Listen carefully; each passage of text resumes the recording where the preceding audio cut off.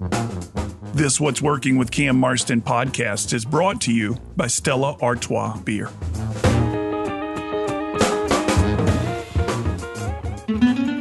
What's Working with Cam Marston is brought to you by Stella Artois Beer. Stella Artois is a perfect beer for celebration.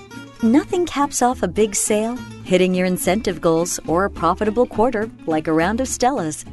Brewed first in 1708 as a special Christmas brew, today Stella is a gift for everyone to enjoy year-round.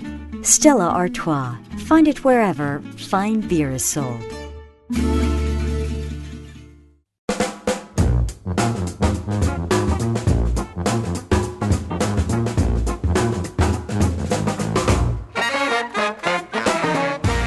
Welcome, everyone, to another episode of What's Working. I'm Cam Marston. What's Working is the radio show designed to reveal the trends shaping the workplace, the workforce, and the marketplace around us. I want you to hear something on this show and on every show that's going to make you a little bit better at whatever it is that you do. And in that goal, we try to find guests that can bring ideas and thoughts and concepts to the show that will stimulate your thinking. They talk about real issues. They talk about what's going on in their business. They talk about their story and the mistakes they've made, as well as the successes that they've had.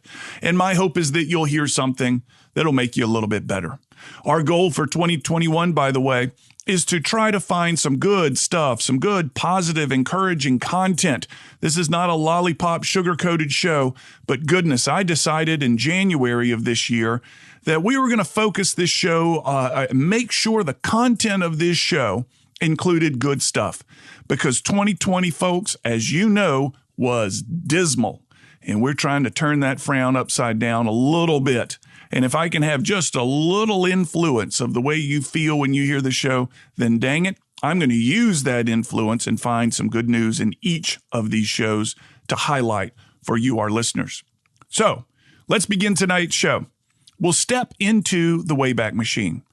My father tells the story back when he was a child that Gulf Shores was a one-lane dirt road, and you would drive up and down the beach on this one-lane dirt road, and every now and then would be a house, one floor, one story, some on stilts, some built directly on the ground. That was a family's summer home. Some had electricity, many did not. But it was a desolate, remote, barren part of the Alabama coast. And he tells the stories of going down there and not really wanting to go too badly because there was nowhere to go, nothing to do, no place to get food, no place to get gas. You really had to want to be there. So, flash forward to when I was a child. This was in the 80s, or a teenager. I had the access to, my buddies and I had access to a house in Gulf Shores that was due to be demolished in the fall. So we had access to it over the summer. And the stepfather of a friend of mine who owned the house essentially said, sure, take it for the summer. It's going to be demolished in the fall, and have at it. And we did. My goodness, it's hard to find motivation to sweep the floor in a house when you know that fall it's going to be demolished for a high-rise condo. And we helped in the demolition of that house over the summer, not intentionally, but, you know, that's what happened. And we had a ball, man. We had a ball. Some memories have been created through that summer that I'll never forget. Now, you drive Gulf Shores today, up and down that road, it looks nothing similar to what I remember. It looks nothing similar to what my father remembers for sure. It's going on. It's going up. It's big time. Baldwin County, in fact, I think is the fastest growing county in the state of Alabama, and Gulf Shores being one of the two epicenters of that, the other being Fairhope. It's really changed. And on today's show, we're going to talk with one of the guys who's been responsible, or let's say has benefited from that change. He's a real estate company. They do home sales, summer home sales, as well as vacation rentals. And this business, which may have been kind of a mom and pop thing years ago, today is big time. And we're going to talk to him about the growth of his business and the niche that he found in the market, what he identified as an opportunity in that neck of the woods to grow a vacation home rental business as well as a summer home sales business. And I think we're going to hear some stories of survival And by the way, you can't talk about survival in Gulf Shores without talking about the hurricanes. We'll hear stories about hurricanes. We'll hear stories about survival. We'll hear stories about market niches. And we'll hear stories about the future of this neck of the woods here in the state of Alabama. I'm looking forward to it.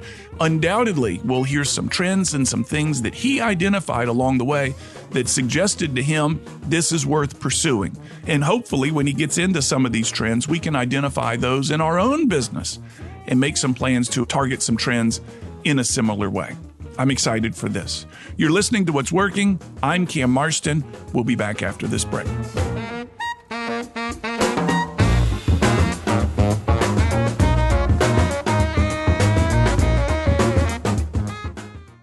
At Spring Hill Toyota, it's just that easy. From our 3-day exchange to free car washes, the benefits of the Spring Hill Advantage make the choice easy to see. We make it easy to own. Every vehicle comes with Toyota Care, plus our no-cost maintenance plan with free tire rotations and oil changes for 4 years. Get peace of mind with free roadside assistance 24/7. And don't forget, it's easy to buy your car 100% online. Visit SpringHillToyota.com today. It's just that easy. I'm David Nelson, brewmaster and owner of Braided River Brewing. We want beer that goes along no matter where the adventure takes us and that doesn't make us choose between great beer and drinkability. We're drawn to the Delta and united by beer because to us, the best way to celebrate the Delta is to slow down and savor the moments and the beer together. Come visit our tap room in downtown Mobile and ask for us at your favorite bar or restaurant. Visit online at braidedriverbrewing.com. When you make the right decision, it feels good, like picking the perfect accent rug or choosing a good night's sleep over an all-night crime show binge. It feels really good to make the right insurance decision, too. I'm State Farm agent Allison Horner, and that's why I'm right here in Mobile to help you select the right protection at the right price. I'll make sure you understand your State Farm coverages so you'll know what to expect if the unexpected happens. With me as your State Farm agent, it's easy to make the right choice. You can come by, call, or click AllisonHorner.com. When you want the real deal, like a good neighbor, State Farm is there.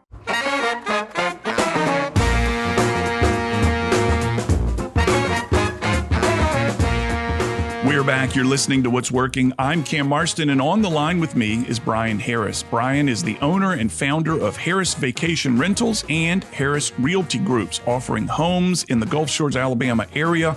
Certainly experienced some extraordinary growth just due to the growth of this part of the world. Brian, thank you for your time. Welcome to What's Working. Cam, it's really great to be here with you. I'm excited about kind of digging into this conversation with you. Well, I am too. You're in the highest growing county in the state of Alabama right now. Certainly that growth has benefited you. I want to hear your story, but I want to begin with this story that I was sent as a part of your bio. 4 months Sure. old, and your parents bought a house that they called SH59 with your brother and your college fund. So rather than sending their kids to college or making a bet on your college education, they said, heck, we're going to buy a house at the beach instead. Did they have such low prospects for you that they decided to throw that money into a house versus your education? You know, I don't think it was that callous. I think it was much more calculated. The way the story goes from my parents is that my dad had to convince my mother of this plan, but the plan was, hey, you know, the kids are, let's just say 4 and 1 for easy math. And we'll purchase this vacation rental. We'll try to make it rent and be a little side business for us. They were already in the real estate business in Birmingham, where we're from. So this wasn't that far out on the line. And actually the reason they got SH59 is they already had 58 other investment properties that they had purchased in the Birmingham area. So they were very seasoned investors in real estate. So this was a new venture, but it was, you know, kind of an old hat of, you know, let's buy a property and rent it out. This was just vacation rentals instead of long-term rentals, which I can tell you is a very different, beast. But the plan was we'll purchase this vacation rental. We'll rent it ourselves. We'll try to make this a new business. If we can't, we'll have been paying into the mortgage. They got a 15-year mortgage. My dad, that was kind of his strategy, was to try to get these things paid off quickly. And if it doesn't work out, we'll just sell. About that time, we'll have basically paid the mortgage off when we're trying to send the kids to college, and we'll use those funds, kind of a land bank almost, to hold those funds, and we'll sell it and send the kids to college. So that was kind of the backup worst case scenario plan. Of course, the goal that they had was they could buy this, property and, be, cash flow positive and be able to make another investment down here. And that's actually what happened. But the backup plan was more, let's sell if we need to, when that time comes. At that point, my brother would have been about, 16, 17, 18, ready to go to college. The note on the house would have been basically paid for, and they would have sold the house and sent us to college. So that was kind of the plan B. Fortunately, the plan A, which was, let's make this a little business and add to it, worked for them. And that's kind of how it all started. But yeah, it was our college fund. It was the down payment for sure. So I was under the impression that this house, SH 59, which I incidentally thought stood for State Highway 59. I'm wrong. I don't know why. It just kind of leapt to me. That's what it must be. That could make sense. Yeah. It was the 59th investment property that your parents had. But my impression was that it was your experience in this home, in this rental home, that you grow up with as a child, made you fall in love with this part of the world. And that's what caused you to uproot from Birmingham and move down here and start a similar business in this neck of the woods. Is that not the case? There's a lot of grains of truth in that analysis. So we grew up in Birmingham, and I tell people I kind of half grew up along the Fort Morgan Peninsula, which is kind of to the west of Gulf Shores. Being out there, yes, definitely developed a real love of that area. Lots of fond memories of my brother and I playing out there in the sand and among the dunes in Fort Morgan. Really, I don't think I had a clear path toward this business. I think a lot of kids come out of college, they're trying to find what is their own way. But as life happens, and that's a whole nother probably hour-long conversation, I wound up, managing what had become a portfolio of properties for my mother. My father passed when I was in college. And so the properties at that time were being managed by local management companies, and they were doing a really good job. But it was definitely a situation where we wanted to come down and be more involved, in the business. And I started working alongside those management companies, probably in the 2009 kind of time frame. Mm-hmm. And one of the contributing factors is that, I had graduated from Auburn.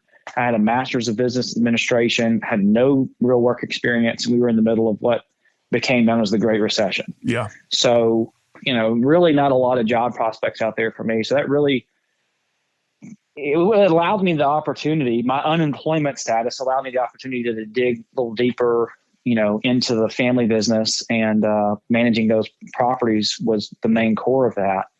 So that's really kind of how it started, just that opportunity to manage. Is it still a family business, or is it your business now? Did you break off from the family business?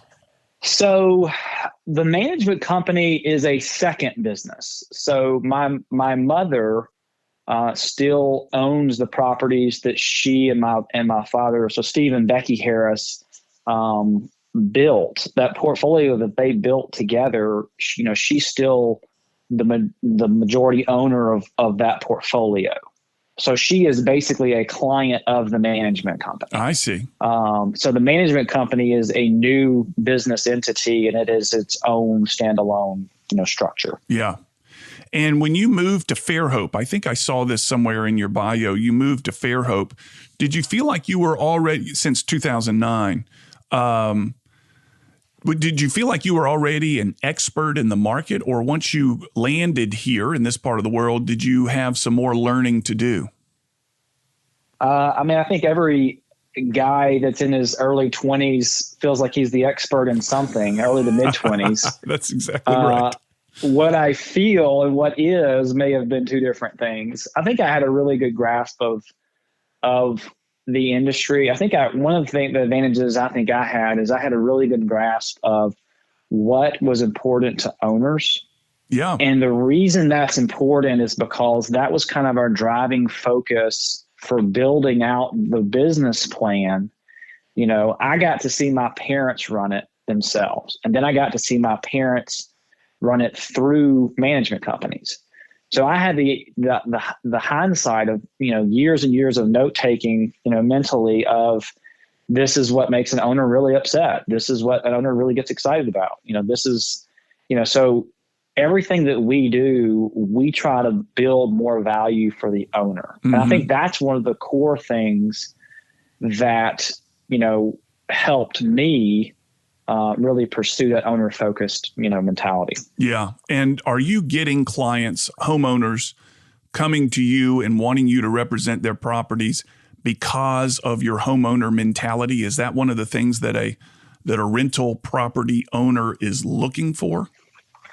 Yeah, I think that's the core thing that they're looking for. And I think that a lot of owners that we, you know, hear from, let's say it's an owner that has been with another management company or has done it themselves, you know, they like the idea that, you know, we found solutions for a lot of their, you know, pain point items, be it on the revenue generation side, be it on, you know, I hear people say, I feel like we get nickeled and dimed for a bunch of stuff, for batteries in the remote and light bulbs in the lamp. You know, we just build that into the program, and we say, you know what, we're not going to charge you for light bulbs, and we're not going to charge you for batteries, and we're not going to charge you for the air filters that we're changing out every month. We're not going to charge you to change them. You know, we're just, my goal is to build this in such a way that this is as easy to own a beach house as it is to own an index fund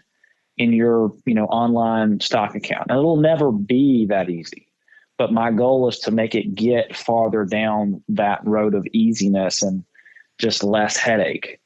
Because the fewer headaches I can have for these owners, the easier it is to own one. And we have a lot of owners that will say, hey, this one's going great. I'm going to buy another one. I'm going to build a second. I'm going to do a third. And we've actually had growth just because they're seeing so much value in what we're doing with the one that they add the two and the three beyond it. Is it a zero-sum game? In other words, if you're favoring the owner, does the renter get penalized? We have 4 kids, and we go to 30A even not frequently, maybe once a year. Well, I'm going to have to talk to you about 30A. I mean, we've got some great beaches right here, Cam. I understand that. And you mentioned Fort Morgan. I have never been down the road to Fort Morgan, but I have fished Fort Morgan Beach out of Dauphin Island hundreds of times. It's one of my favorite stretches of fishing. It's the only place I've ever seen a manatee is fishing the Fort Morgan Beach and having one go between my boat and the beach. And I thought, what is that? Cool. And it surfaced right behind the boat. But the point, is it a zero-sum game? Either the owner wins or the renter wins? It sounds like you have loyal owners who are giving you more properties. Do you also have loyal renters who keep coming back because of the same ease that you try to deliver to the owners? Well, I think that I don't think it is a zero-sum game. I think that you can, normally find, common ground and reasonable solutions to most issues. The things that we've done, we don't do security deposits, so we're really not haggling over, how much of this, deposit to keep. Yeah. We do a damage waiver in a combination with you can do a security deposit. Most people do the damage waiver option, which basically just says, hey, for a small fee, we're just going to cover it. If the Nerf football game, and I remember lots of wrestling matches with my older brother or football games or whatever, turning a little bit too violent, and I remember crashing into a wall at a hotel and stuff like that when I was growing up. Like, stuff happens. We get that. We just try to make it where, like, hey, you've got that damage waiver. It's covered. You don't have to worry about it. We have a lot of people that understand that program so well, they self-report, like, hey, this happened. Oh, yeah.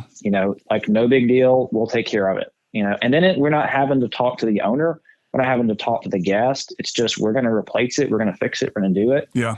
And it just makes it simple. And again, it goes back to just making it all simple. So I don't really think that's, a big deal. And to that regard, I mean, we've got, and longevity is an advantage to this. This really starts with my parents, but we've got guests that have been with us, the Aldersons, for over 30 years. I don't know what the actual number is now, but so Rita Alderson has been bringing her family down. It's probably up to about 34, 35 years. Yeah. Through all the hurricanes, through all the oil spills, everything. And to tell you how far it goes back, she met me when I was 7 years old. Really? That's the first time that she met me. I'm 38 now. Yeah.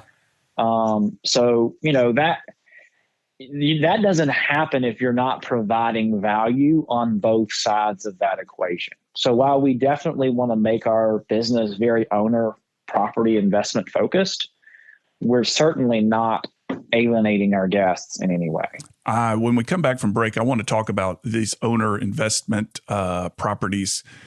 The stories I've always heard, none from an expert, by the way, like yourself, are they don't pay out. They don't turn a profit. You can rent it for as much as you want, for as long as you want, and they just have a hard time making money. People have big dollar signs in their eyes, but it never yields a profit. So apparently I'm wrong. The people that have told me this are wrong. And incidentally, my wife's family, different story, they have rented a house at Ocean Isle Beach, one of the southernmost beaches in North Carolina, for 25 consecutive years. It's similar to your Alderson story. Mm-hmm. And I've been a part of that since the very beginning when she and I were just dating.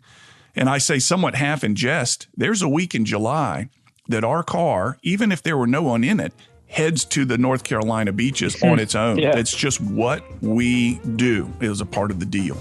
Let's take a break and let's talk about the finances as much as we can on how this works. How do we generate a revenue on a beach rental property? You're listening to What's Working. I'm Cam Marston. On the line, Brian Harris, owner, founder, Harris Vacation Rentals and Harris Realty Group. We'll be right back.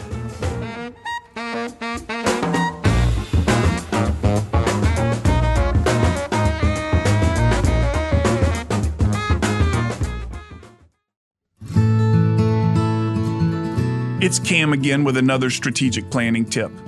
When you begin the strategic planning process with your team, it's a good idea to write down what your age will be when the strategic plan is fulfilled. Me, I'm a fan of a 10-year planning process, so I have people write down their age in 10 years in big numbers at the top of their page. I ask them to write down who they'll be financially supporting in 10 years and who else living in their household will be earning a living in 10 years. This usually gets some chuckles, but it grounds people into reality. I then ask what they'd like their work schedule to be like. I want participants invested in the discussion and in implementing the plan once it's complete, and these tactics usually do the trick. Want help with your strategic planning? Search for Cam Marston online and drop me an email.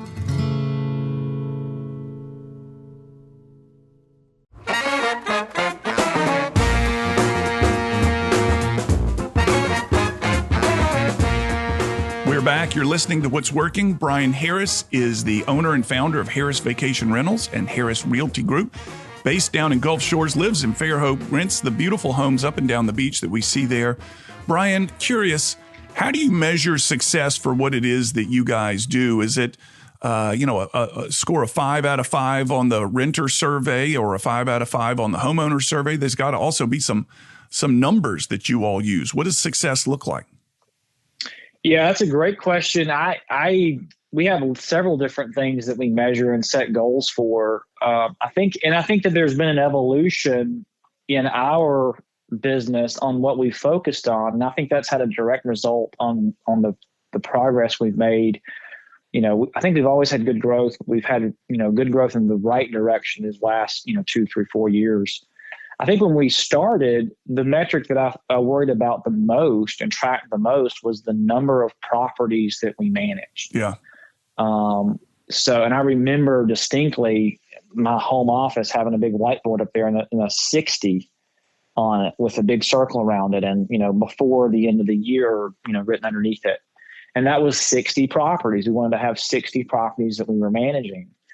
And when we were young, there's another manager. He's a kind of industry legend, Tim Cafferty, in North Carolina. And he said when he started, if it had a roof and a door, he would take it. Right. And that's kind of where we were. If it had a roof and a door, we would say yes to it.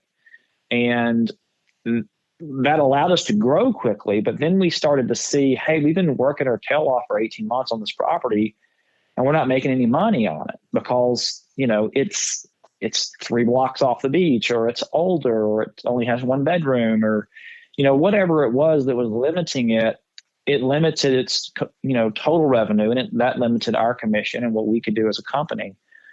So, along the way, and actually it was a fishing trip. You mentioned fishing earlier, a fishing trip that I was taking with Elizabeth Yoho. Elizabeth was the first person to hire. She actually predates the management company. She was helping me just rent the family beach houses back in like 2010. And we were on a fishing trip on her stepfather's boat, and we were coming back. I'm like, what are your ideas? What do you think we should be doing? And she says, we spend so much time talking to people about these small condos or these small houses that even if we get the booking, we're only making, $100, $200 as a management company.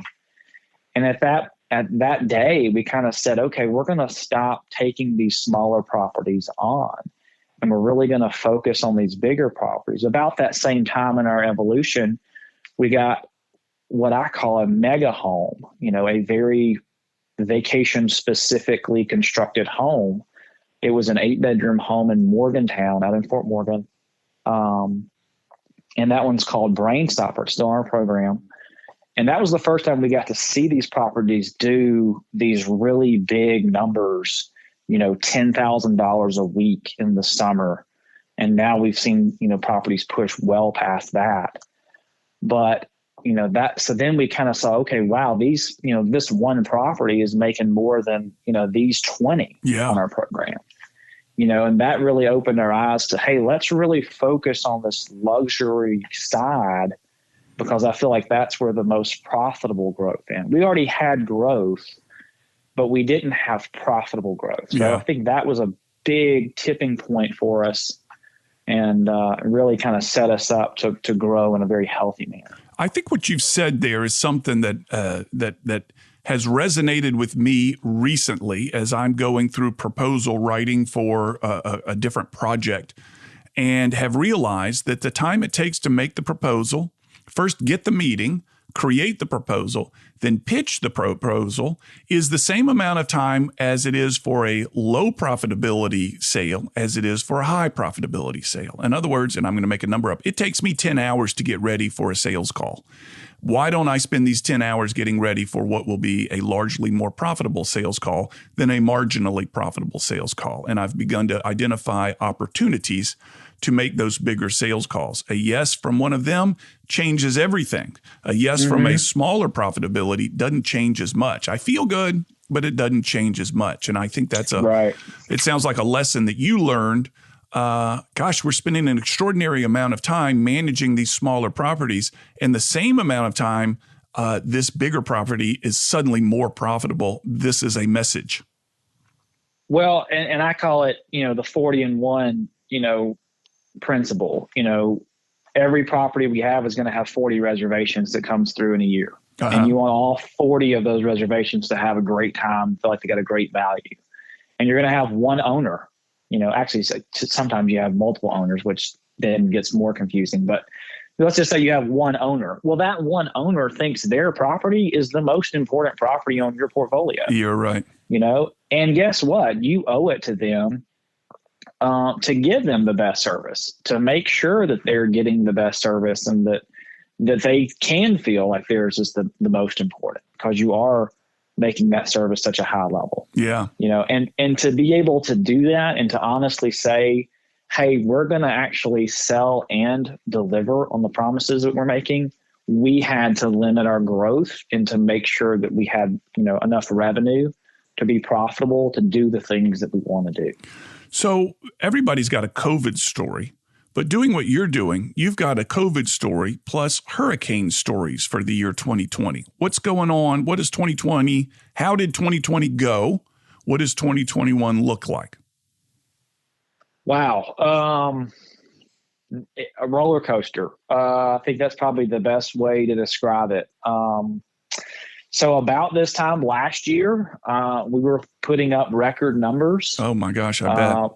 We had just had the first month ever in our company history where we made, when I say sales, I mean, booked reservations. So that's sales for us. So that's the first month we ever had sales of over $1 million in the month. So, I went to Rouse's, which Rouse's is right behind our office here. And we bought some champagne and we had a celebration and we really celebrated that success. Not 6 weeks later or 7 weeks later, COVID hits, beaches close, everything is canceled and refunded. And so that was just, and we didn't know, like everybody, we didn't know how long was that going to last. Yeah. Do we need to furlough people or lay people off or cut back or, what was all that going to look like? We were fortunate enough to not have to do that. And then beaches turn back on. It explodes. In May, we had just had the best booking month ever in January.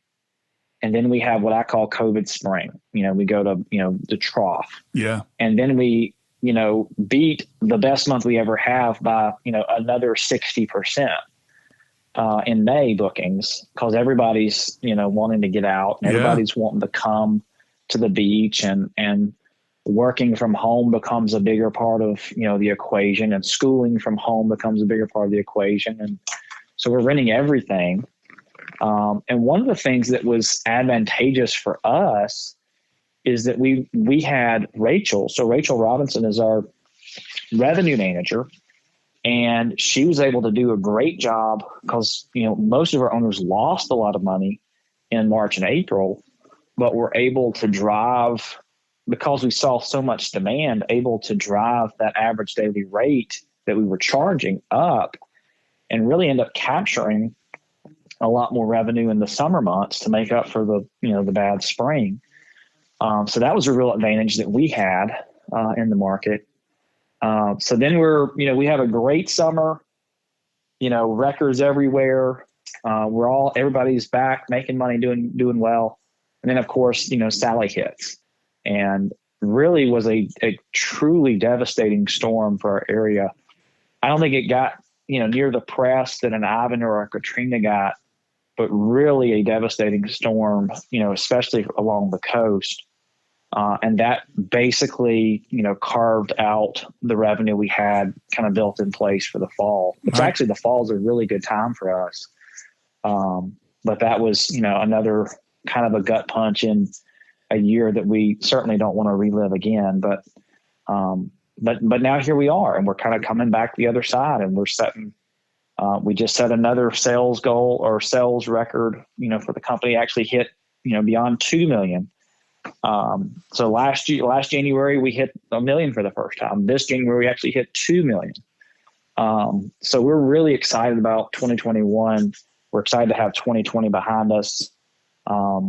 It's just a really very strong, aggressive market right now. What I heard for the Florida rentals, this is hearsay, but because of Florida's more cavalier approach to the COVID quarantines, that people were coming from all over to get into some of these Florida homes, which would allow them to live a quote unquote normal life for a little while versus being holed up and shelled up in their homes. So the driving through some of these Florida places, Seaside and Watercolor and Rosemary, the number of license plates from out of state, and not just a little bit out of state, but way out of state, were much higher this year than ever before because Florida's more cavalier attitude towards quarantining.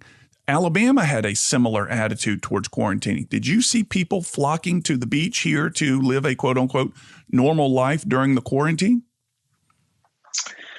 I think we saw people flocking here what the catalyst was, and, did we have lower expectations or requirements on quarantine, and that's what brought people here?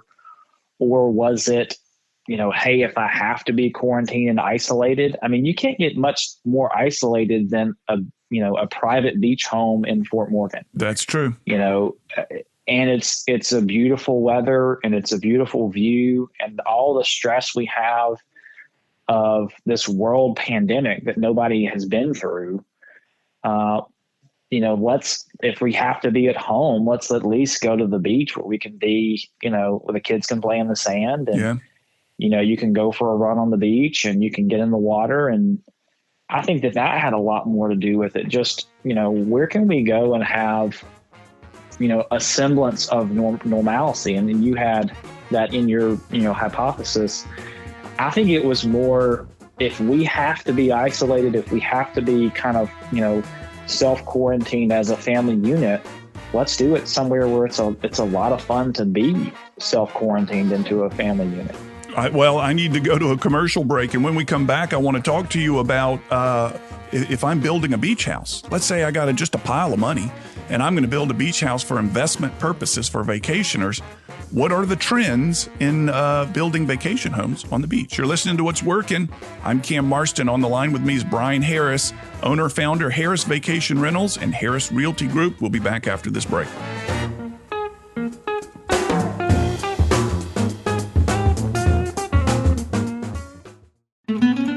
What's Working with Cam Marston is brought to you by Stella Artois Beer. Stella Artois is a perfect beer for celebration.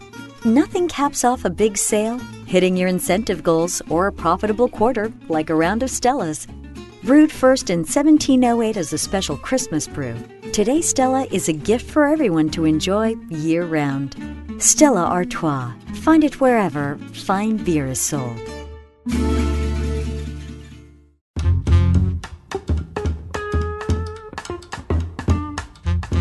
It's Cam again.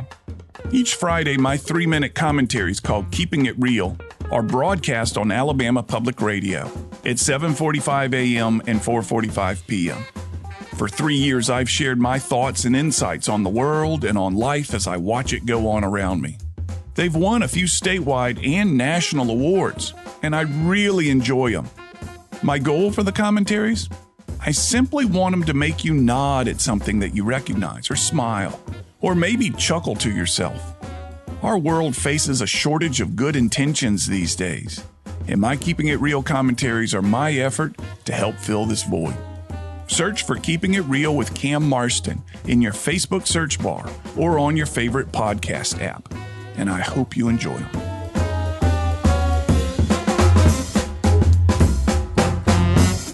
At Spring Hill Toyota, it's just that easy. From our 3-day exchange to free car washes, the benefits of the Spring Hill Advantage make the choice easy to see. We make it easy to own. Every vehicle comes with Toyota Care, plus our no-cost maintenance plan with free tire rotations and oil changes for 4 years. Get peace of mind with free roadside assistance 24/7. And don't forget, it's easy to buy your car 100% online. Visit SpringHillToyota.com today. It's just that easy.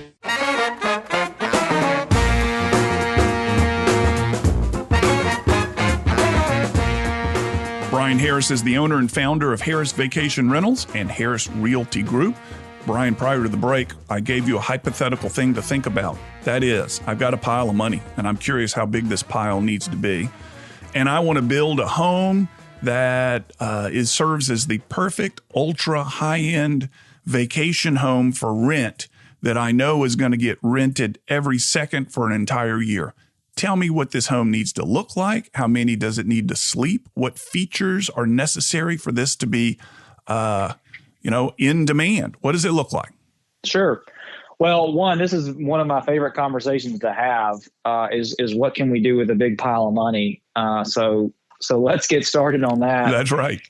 If you're looking at vacation rentals, we're seeing a trend into what I call the mega home, segment. So the mega home is a property that's specifically designed to be a rental, and we'll talk about what goes into that, makes that special. But you're probably going to be in the 6-bedroom to 8-bedroom to 10. Dang. We're actually constructing a 10-bedroom right now. That'll probably sleep close to 30 people. So these mega homes, the reason that they're valuable on the investment side is because there's such a demand for a couple of things. We're seeing a lot of multi-generational stays. So you've got, let's say baby boomer parent, and their kids, their 2.5 kids, right, have, now families of their own, and they're coming down. And you've got, somebody's living in Birmingham, somebody's living in Baton Rouge, somebody's living in Nashville, somebody's living in Atlanta. Where can we all go to get together, right? Well, everybody can drive to Gulf Shores, and we can all be in the same spot for a week out of the year. And we've got beautiful beaches, and everybody can be there, and everybody can have their own space. So we're seeing this multi-generational vacation be a huge driver, especially to spring and summer and fall. The mega homes, you talked about 100% occupancy. The mega homes really don't rent a lot in January and February because they're just not a catalyst for that multi-generational event. Now, they do rent for the holidays, Thanksgiving, Christmas, New Year's. But a lot of times you'll have a lower occupancy number, but you'll have a higher revenue and a higher return on investment. Yeah. Because you're pushing that, rate so high in the summer and the spring and high demand periods. What about features inside the home? Yes. So some of the key features that we see are ensuite bathrooms. So making the bedroom and the bathroom connected. So that's your own space. You're not sharing a bathroom with, your Uncle Henry or whatever. Or, your brother's kids or whatever. So you have your own space in that ensuite bathroom. That's very important. Pools are a huge, huge driver of revenue in the vacation rentals, and heated pools beyond pools are a huge driver. And really that comes in if it's, a lot of times our spring, you have a nice 80-degree day, but the water in the Gulf is still pretty chilly. Yeah. So having that heated pool really allows you to capture a lot more revenue in those March and April months. Then on the backside of the year, September, October, even November, we went to one of my mom's properties that has a heated pool. We were in the pool in January. Oh, yeah? Because you got one of those days where it gets up to, it's sunny and it's 68, 70 degrees. Pool's heated, so let's jump in. Sure. And it was a, fun 60 minutes of pool time. Yeah. So the heated pool is definitely a big driver. The ensuite bathrooms, a second living space is really important. And when I say second living space, it doesn't have to be a full second living room, but some place where the teenagers, the kids, the moms, the dads of the group, whatever, can go and kind of get away from the bigger group. Yeah. And a lot of times that's in the evening time. So let's say, somebody's watching the Super Bowl, because the Super Bowl, at least, just happened. So you've got a group watching the Super Bowl. You've got a group that doesn't care about the Super Bowl. They don't, they just want to talk or whatever. They've got a place to go and do that. So that second living space is always really good. We're seeing a lot of people utilize the under part of the house a lot more and building, outdoor living spaces, because in our market, most of the houses are raised up on pilings. Yeah. So utilizing that under the house area is becoming very popular. What about a second kitchen, an upstairs and a downstairs kitchen? I've seen some of these. I think that second kitchens can definitely be handy. The model that we have taken, and my family's actually constructing 3 homes this winter because we feel like this is such a good, time to build these, although construction costs are expensive. We're not doing second kitchens. We are doing expanded, pantries. A lot of times they'll have another full refrigerator. They'll have a standalone ice maker. They'll have extra space for, general pantry, just shelving, areas for coolers to kind of sit and be. So we're not doing second kitchens as much as we're doing very expanded pantries with extra refrigerators. Yeah. Because what we see is you may have 3 or 4 families come down, but they don't really necessarily want to cook separate meals. It's more of we're all going to cook together, but we need a place to put, sometimes it's $600, $700, $800 worth of groceries. Yes. If you're talking about, 25 people for a week, that first load, we got to have someplace to put that, so that's why we do those expanded pantries. Now, I know your company also is in the sales business, not just the vacation rentals. What is there a lucrative, are houses turning down there in the Gulf? I really missed this when the pandemic hit. This is back in, almost 12 months ago now. So back in March, April, I kind of predicted that, hey, we're going to have a lot of people get squeezed. There's going to be a lot of inventory hit the market. It's going to be distressed. There's going to be a lot of deals to be had.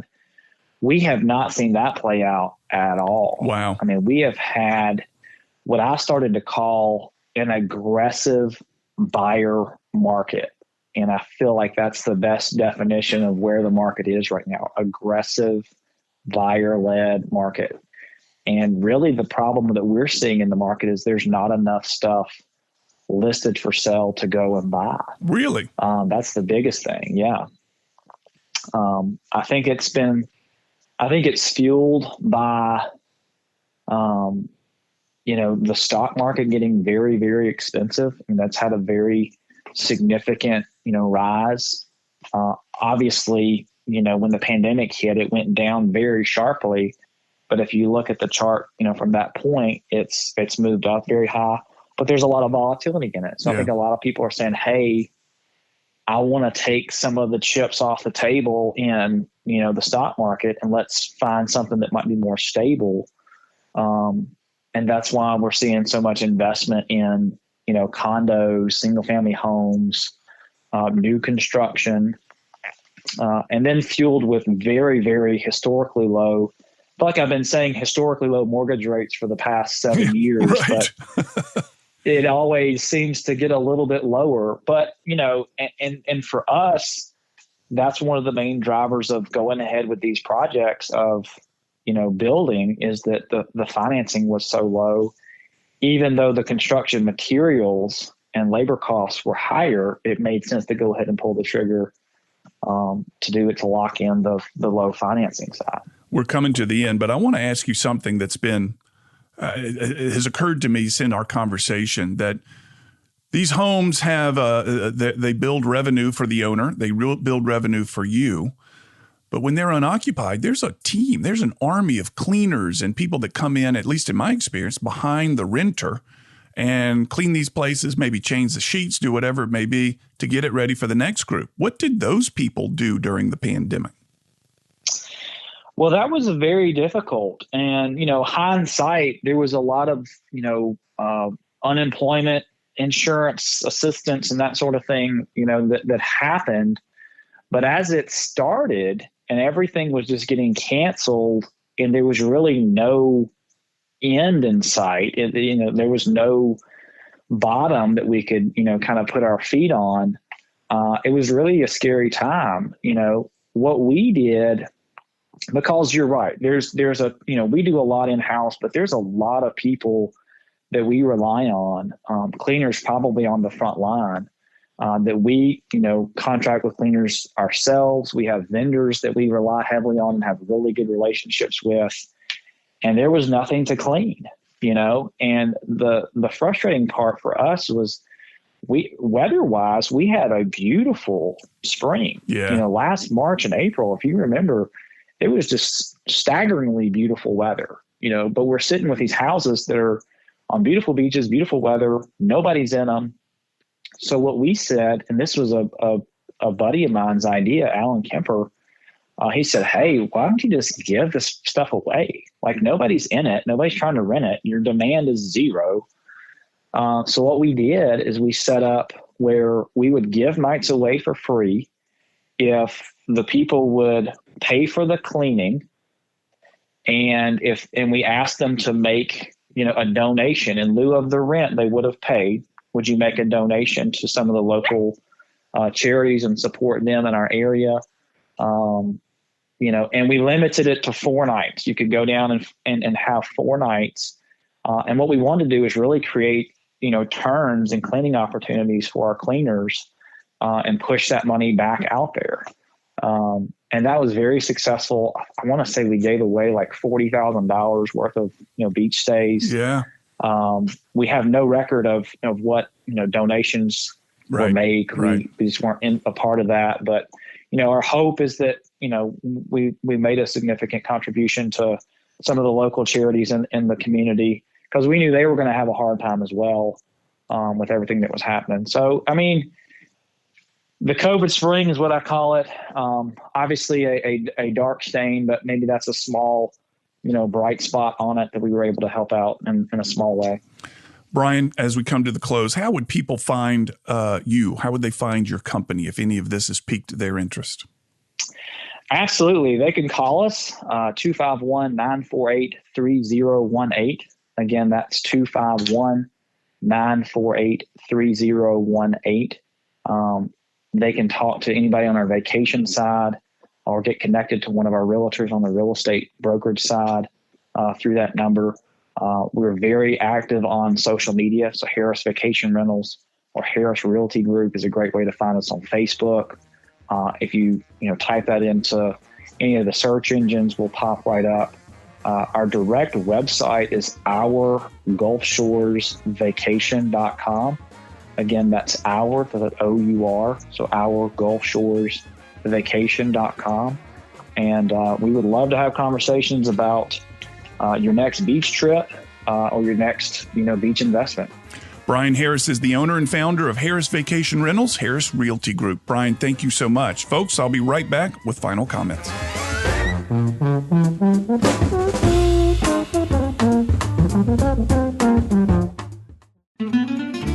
What's Working with Cam Marston is brought to you by Stella Artois Beer. Now offering the purchase of the Stella Artois Chalice, a beautiful stemmed glass with the Stella logo. The purchase of each Stella Artois Chalice provides 5 years of clean water for someone in one of 13 developing countries around the world. Learn more at stellaartois.com. Stella Artois. Find it wherever fine beer is sold. Think about your home. What do you see? Do you just see 2 stories or the stories of your toddler's first steps? Now think about your car. Do you see an odometer reading or your kids reading in the back seat? Other insurance companies just see a house. They just see a car. But a State Farm agent sees what your home and your car really mean to you. So why not give them the protection they deserve? You can reach me, State Farm agent Allison Horner, at AllisonHorner.com.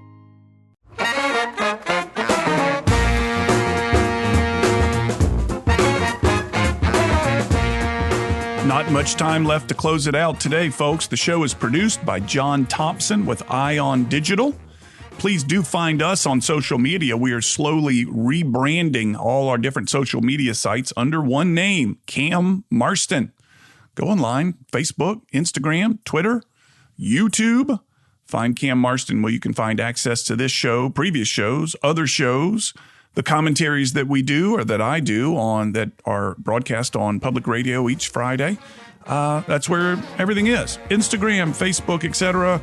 Cam Marston 1. Some of them have Cam Marston 1.